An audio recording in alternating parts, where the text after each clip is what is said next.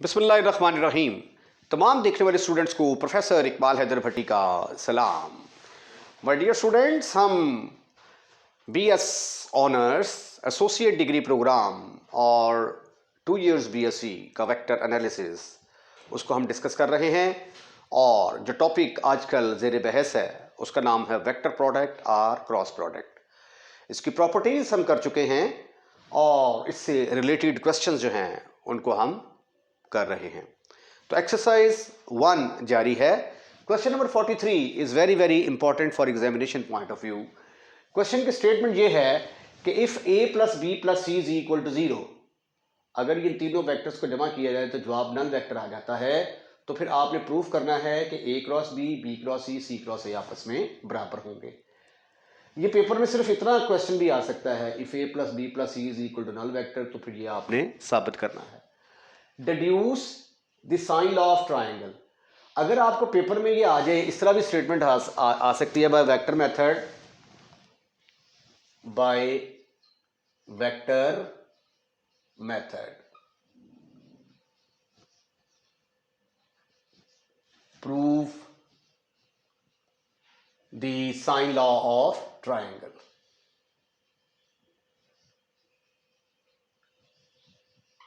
तो फिर आपने क्या करना होगा कि वो जो ट्राइंगल लेंगे जिसमें a plus B plus C is equal 0 होगा, पहले आप ये सारा साबित करेंगे। सारा साबित करने के बाद इसको फिर हल किया जाएगा। अगर सिर्फ इतनी स्टेटमेंट आती है, डिड्यूस नहीं, derive the prove the sine law of triangle by vector method, ठीक है, तो फिर आपको ये जो मैं क्वेश्चन सॉल्व करने जा रहा हूं, ये पूरे का पूरा क्वेश्चन सॉल्व करना पड़ेगा। अब चूंकि मैंने साइन लॉ डिड्यूस करना है, तो साइन लॉ तो जाहिर है कि ट्राइंगल के ऊपर ही होता है। तो पहले मैं एक ट्राइंगल बनाऊंगा। फर्ज किया कि ये मेरे पास एक ट्राइंगल है ABC।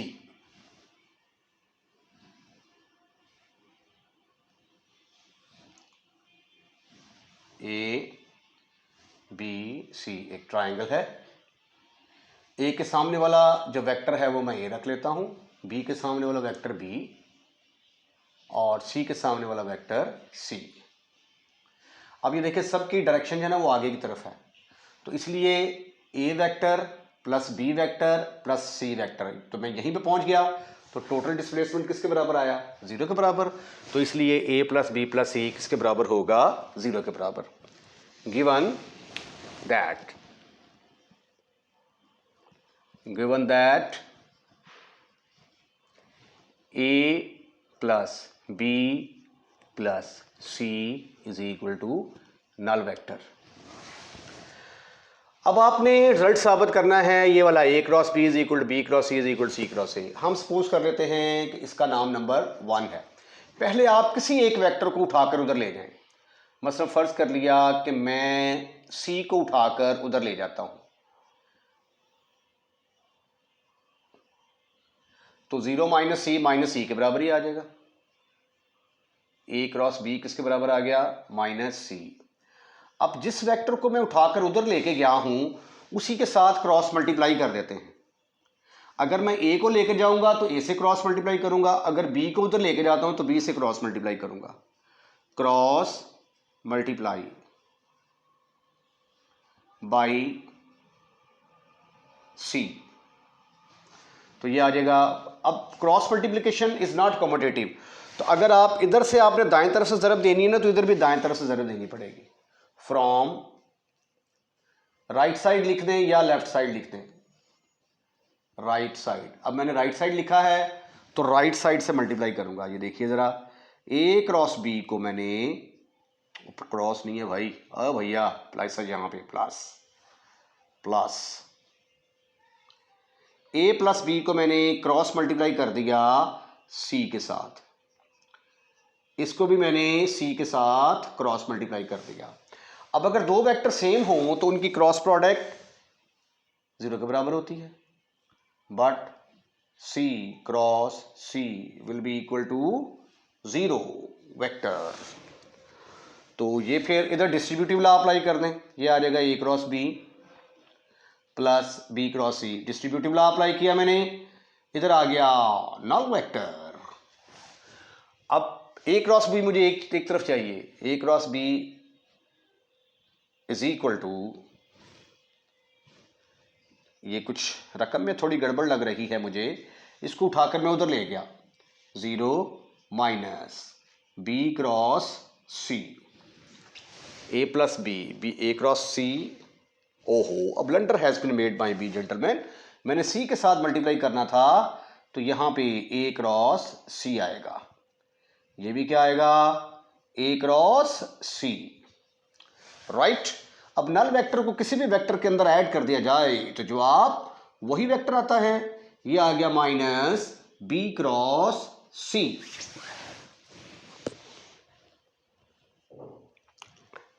अब मुझे जो है क्या चाहिए, सी क्रॉस ए चाहिए, तो ये ए क्रॉस सी है, तो इन दोनों की जब मैं पोजीशन चेंज करूंगा, when I will change the position of these two, C को पहले ए को बाद में लिखूंगा, तो ये आ जाएगा minus C cross A is equal to minus B cross C.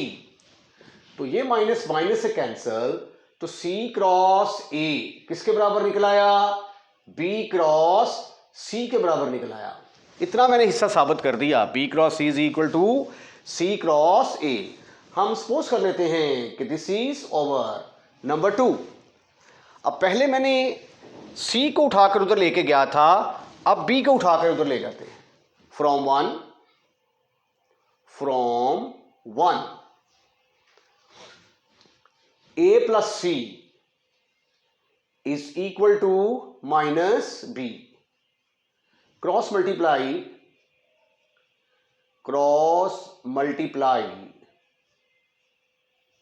Bye B from right side से आप क्रॉस मल्टीप्लाई कर दें, तो what you will get, A plus C cross B is equal to minus B cross B, but B cross B will be equal to null vector, तो यहां पर distributive law apply करेंगे, तो A cross B plus C cross B is equal to null vector के बराबर आ जाएगा। अब ए cross B मुझे इधर चाहिए, ए क्रॉस बी को मैं इधर रखता हूं, सी क्रॉस ए को उठाकर दूसरी साइड पे ले जाता हूं, minus C cross B, right. अब इनकी जब पोजीशन चेंज करता हूं, तो ए क्रॉस बी किसके बराबर आ जाएगा, बी क्रॉस सी, इसका नाम हम रख देते हैं number 3।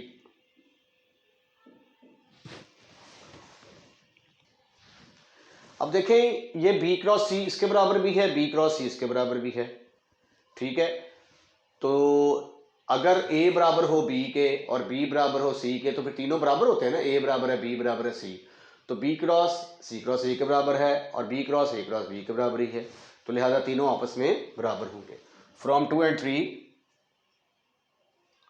From 2 and 3 A cross B will be equal to B cross C will be equal to C cross A. ये तीनों वेक्टर हमने बराबर साबित कर दिए हैं। अगर ये तीनों वेक्टर इक्वल हैं तो इनके मैग्नीट्यूड भी आपस में, यहां तक तो क्वेश्चन प्रूफ हो चुका भाई आपका, ठीक है। अब हमने साइन लॉ को डिड्यूस करना है, तो इनका मॉड ले लें, implies that A cross B का मैग्नीट्यूड बराबर होगा बी क्रॉस सी का मैग्नीट्यूड बराबर होगा सी क्रॉस ए का मैग्नीट्यूड। अब ये स्टेप बड़ा इंटरेस्टिंग है। ए क्रॉस बी का मैग्नीट्यूड का फार्मूला है ए क्रॉस बी का मैग्नीट्यूड बराबर होता है पहले का मैग्नीट्यूड दूसरे का magnitude into sine of theta. अब यहाँ पे ये है हमारे पास वेक्टर ए, इसको मैंने एक्सटेंड कर दिया, ये देखें ये ए आ गया, और ये वेक्टर बी, तो ए और बी का दरमियानी एंगल ये वाला एंगल बनता है। अब ये वाला एंगल किसके बराबर है, ये वाला एंगल सी है, ये वाला एंगल बी है और ये वाला एंगल ए। अब टोटल यहां से लेकर यहां तक कितना होता है 180। ये पूरा स्ट्रेट लाइन का एंगल 180, उसमें से सी माइनस कर देंगे तो पीछे कितना रह जाएगा 180 डिग्री माइनस सी। तो इसको जब मैं एक्सपेंड करूंगा तो ये आ जाएगा ए मैग्नीट्यूड, पहले का मैग्नीट्यूड, दूसरे का magnitude into sine of the angle between A and B, यहां पे किसके बराबर है 180 डिग्री माइनस सी के बराबर है। इसी तरह ये किसके बराबर होगा B magnitude C magnitude, B magnitude C magnitude. अब बी और सी का दरमियानी एंगल देखते हैं किसके बराबर है। बी वेक्टर हमारा ये देखिए ऊपर की तरफ जा रहा है, ये देखिए ये बी, इसको मैंने एक्सटेंड कर दिया, ये बी इधर आ गया और ये सी, ये है बी और सी का दरमियानी एंगल। टोटल ये एक स्ट्रेट लाइन बनती है, ये वाला एंगल बनता है 180 के बराबर, उसमें से ए माइनस कर दिया तो ये आ गया 180 डिग्री माइनस ए। तो यहां पे आएगा साइन 180 डिग्री माइनस ए। उसके बाद सी क्रॉस ए का मैग्नीट्यूड रह जाता है, इसको मैं चूंकि आगे जगह जरा कम है नीचे लिख देता हूं, सी का मैग्नीट्यूड ए का मैग्नीट्यूड, सी और ए का दरमियानी एंगल क्या है, ये देखें ये ए है, सी को खींच कर नीचे ले आए, ये देखें ये सी आ गया, ठीक है। ये वाला एंगल बी है तो ये भी किसके बराबर होगा बी के बराबर होगा। अब हमें क्या चाहिए एंगल, हमें ये वाला एंगल चाहिए, ये वाला। अब यहां से लेकर यहां तक टोटल होता है 180 और ये बी है तो पीछे कितना रह गया 180 डिग्री माइनस बी। तो यहां पे आ जाएगा sine of 180 degree minus B. अब इसका एक मैं आपको आसान तरीन और तुक्का मेथड बताता हूं, पेपर में आपने कैसे याद करना है। अब देखें गेम हो रही है ए बी और सी के दरमियान, यहां पे ए बी है ना, क्या गायब है सी, तो यहां पे साइन के साथ 180 डिग्री माइनस सी आएगा। यहां पे बी क्रॉस सी में ए गायब है तो 180 डिग्री माइनस ए आएगा, यहां पे बी गायब है तो 180 डिग्री माइनस बी आएगा। अब आगे हमने सिर्फ इसको सिंप्लीफाई करना है तो हमारे पास साइन लॉ ऑफ ट्राइंगल आने वाला है। But sine of 180 degree minus theta किसके बराबर होता है साइन ऑफ थीटा के इक्वल। तो ये फिर आ जाएगा A mod B mod, A mod B mod sine 180 degree minus C sine of C के बराबर आएगा। ये कैपिटल सी होगा क्योंकि एंगल को हमने कैपिटल के साथ डिनोट किया है। फिर आया आपके पास B magnitude C magnitude into sine of capital A is equal to A magnitude C magnitude sine of B आ गया। अब आप ऐसा करें कि A mod B mod C mod के साथ डिवाइड कर दें, divide by A magnitude B magnitude C magnitude.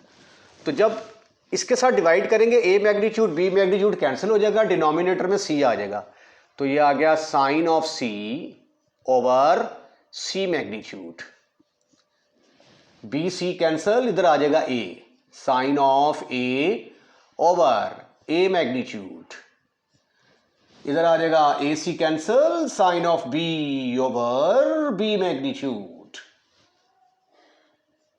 और इसको यूं भी लिखा जा सकता है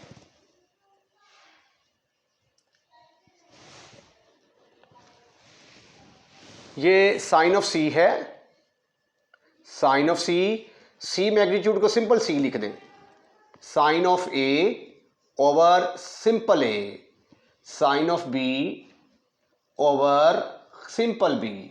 उसकी वजह क्या है, उसकी वजह यह है कि हमें पता है कि ए मैग्नीट्यूड किसके बराबर होता है ए के बराबर, बी मैग्नीट्यूड को आप सिंपल बी और सी मैग्नीट्यूड को सिंपल सी लिख सकते हैं, दोनों के मीनिंग सेम होते हैं।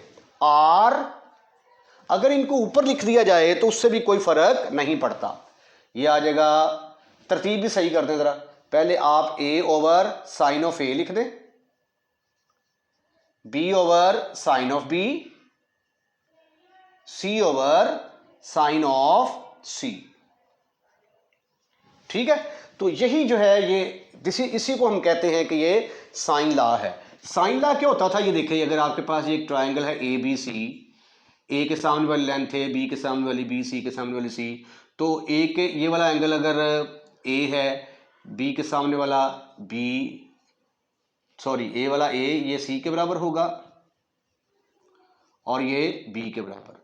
तो साइन लॉ ऑफ ट्राइंगल ये कहता है कि ए इज प्रोपोर्शनल टू सामने वाला जो एंगल है sine of A, B is proportional to इसके सामने वाला जो एंगल है उसके साइन के, and C is proportional to इसके सामने वाला जो एंगल है उसके। तो ये है साइन लॉ। अब आपके ज़हन में कन्फ्यूजन पैदा हो रही होगी कि ये इसको मैंने ऐसे कैसे लिख दिया। अब मैं आपको इसका प्रूफ करके दिखाता हूं। नोट, ये क्वेश्चन का हिस्सा नहीं है। ये देखें, आपने ड्राइव किया sine of C over C, sine of A over A, sine of B over B, ये आपने साबित किया है। इसको आप तरतीब के साथ ऐसे भी लिख सकते हैं, A over sine of A, ओहो,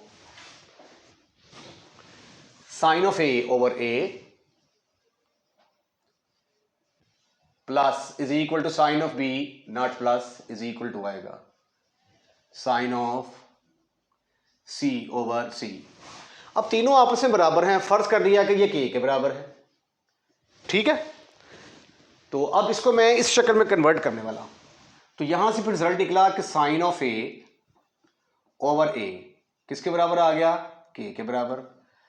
sine of B over B किसके बराबर आ गया, के बराबर। Sine of C over C किसके बराबर आ गया, के बराबर। अब यहां से देखो, ए ओवर साइन ऑफ ए ये किसके बराबर आ जाएगा, अगर मैं इसका रेसिप्रोकल ले लूं, A over sine of A 1 over के बराबर, और B over sine of B reciprocal ले लिया, B over sine of B ये भी 1 ओवर के बराबर, और C over sine of C, बड़ा सी है, ये भी 1 ओवर के बराबर आ गया। अब देखिए, ये भी 1 ओवर के बराबर, ये भी 1 ओवर के बराबर, ये भी 1 ओवर के बराबर, ये सारे 1 ओवर के बराबर हैं।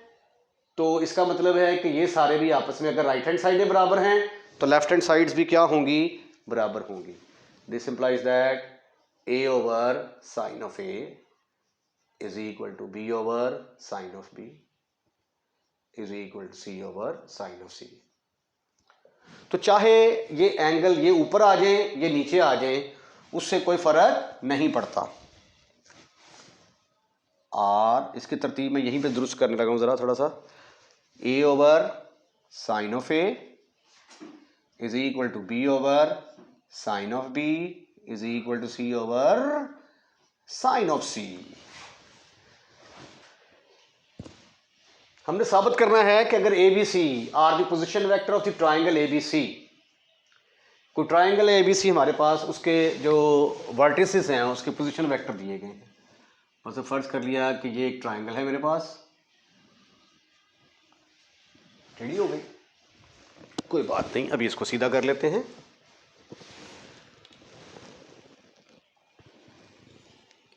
ये ले जी, फर्ज किया कि ये एक ट्राइंगल है मेरे पास,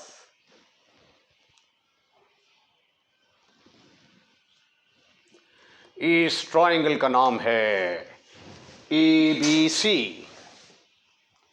ए बी सी, इसका पोजीशन वेक्टर ए दिया गया है, इसका पोजीशन वेक्टर बी है और इसका पोजीशन वेक्टर सी है। तो हमने साबित करना है कि ये वाला वेक्टर जो है ये ट्राइंगल के परपेंडिकुलर है। अब दो वेक्टरों को अगर परपेंडिकुलर साबित करना हो तो हमारे पास तरीका तो है कि डॉट प्रोडक्ट साबित कर दे 0 के बराबर है, लेकिन ये अजीब सवाल है कि इस वेक्टर को साबित करना है कि ट्राइंगल के परपेंडिकुलर है। ट्राइंगल को तो वेक्टर है ही नहीं, तो इसलिए इस क्वेश्चन को कैसे सॉल्व किया जाएगा, अब ये मुझे मालूम है कि अगर ये ट्राइंगल मेरे पास ए बी सी है, तो अगर ये ए बी वैक्टर मेरे पास है और एक वेक्टर ए सी है, तो अगर मैं ए बी वैक्टर निकाल लूँ और एक ए सी वैक्टर निकाल लूँ, तो जो ऐसा वेक्टर जो ए बी और ए सी के परपेंडिकुलर होगा वो कौन सा वाला वेक्टर होगा, ये वाला वेक्टर होगा। A B cross A C is a vector perpendicular to both A B and A C, और ये दोनों के परपेंडिकुलर इस तरह का वेक्टर बनेगा। अब ये देखिए ये वाला वेक्टर इन दोनों के परपेंडिकुलर है, तो ट्राइंगल के साथ भी क्या है, परपेंडिकुलर है। तो अब मैं क्या करने वाला हूं कि मैं ए बी क्रॉस ए सी ऐसा वेक्टर जो कि इन दोनों के परपेंडिकुलर होगा वो मैं निकालूंगा और साबित कर दूंगा कि वो इसके बराबर है, और जो इन दोनों के परपेंडिकुलर होगा वो ट्राइंगल के भी परपेंडिकुलर होगा। तो given that OA is equal to A, given that OA vector A के equal, OB is equal to B and OC is equal to C। Remember ये यहां पे कोई इस तरह कोई प्लेन होगा हमारे पास, ऐसे करके पड़ा होगा O, ये x एक्सिस, ये y एक्सिस, ये इसका पोजीशन वेक्टर बन रहा है OA, ठीक है, ये इसका पोजीशन वेक्टर बन रहा होगा OB, ये इसका पोजीशन वेक्टर बन रहा होगा OC, राइट। तो ए बी वेक्टर किसके बराबर आया, ए बी वेक्टर बराबर है b minus A, and what is A C, that is equal to c minus A. The vector perpendicular to AB and AC is क्या होगा, वो AB cross AC होगा, which is also perpendicular to the triangle, which is also perpendicular to the triangle ABC। अब हम इस vector को निकालने जा रहे हैं और साबित करने वाले हैं कि ये वाला वेक्टर किसके बराबर है, इसके बराबर। A B cross A C, A B cross A C is equal to, A B की जगह आ गया बी माइनस ए सी की जगह पे क्या आया, सी माइनस ए। वाह, अब इसको मल्टीप्लाई करें, पहले बी सी से मल्टीप्लाई होगा बी क्रॉस सी, फिर बी क्रॉस ए, फिर इसको इससे मल्टीप्लाई करेंगे माइनस ए क्रॉस सी, ये इससे मल्टीप्लाई होगा minus minus plus. But same वेक्टरों की क्रॉस प्रोडक्ट तो सिफर के बराबर होती है, और minus B cross A will be equal to A cross B. Similarly, A cross C will be equal to C cross A. So therefore, this is further equal to B cross C plus A cross B plus C cross A. तरतीब दुरुस्त है? नहीं, कर लेते हैं। A cross B plus B cross C plus C cross A। तो ये देखें, हमने ट्राइंगल के परपेंडिकुलर वेक्टर निकाला और साबित कर दिया कि वो किसके बराबर है, इसके बराबर है। इसके साथ ही इसका सॉल्यूशन कंप्लीट होता है। इसके साथ ही आज का लेक्चर हम यहीं पे ख़त्म करते हैं। अगर आपको हमारी वीडियो पसंद आई है तो इसको लाइक ज़रूर कीजिएगा, और लाइक करने के बाद दोस्तों में शेयर करना मत भूलिएगा। अगर आपने हमारा चैनल सब्सक्राइब कर दिया है, थैंकफुल टू यू। अगर नहीं किया तो बराए मेहरबानी हमारा चैनल सब्सक्राइब करें। अपना ख्याल रखिएगा। अल्लाह हाफिज़।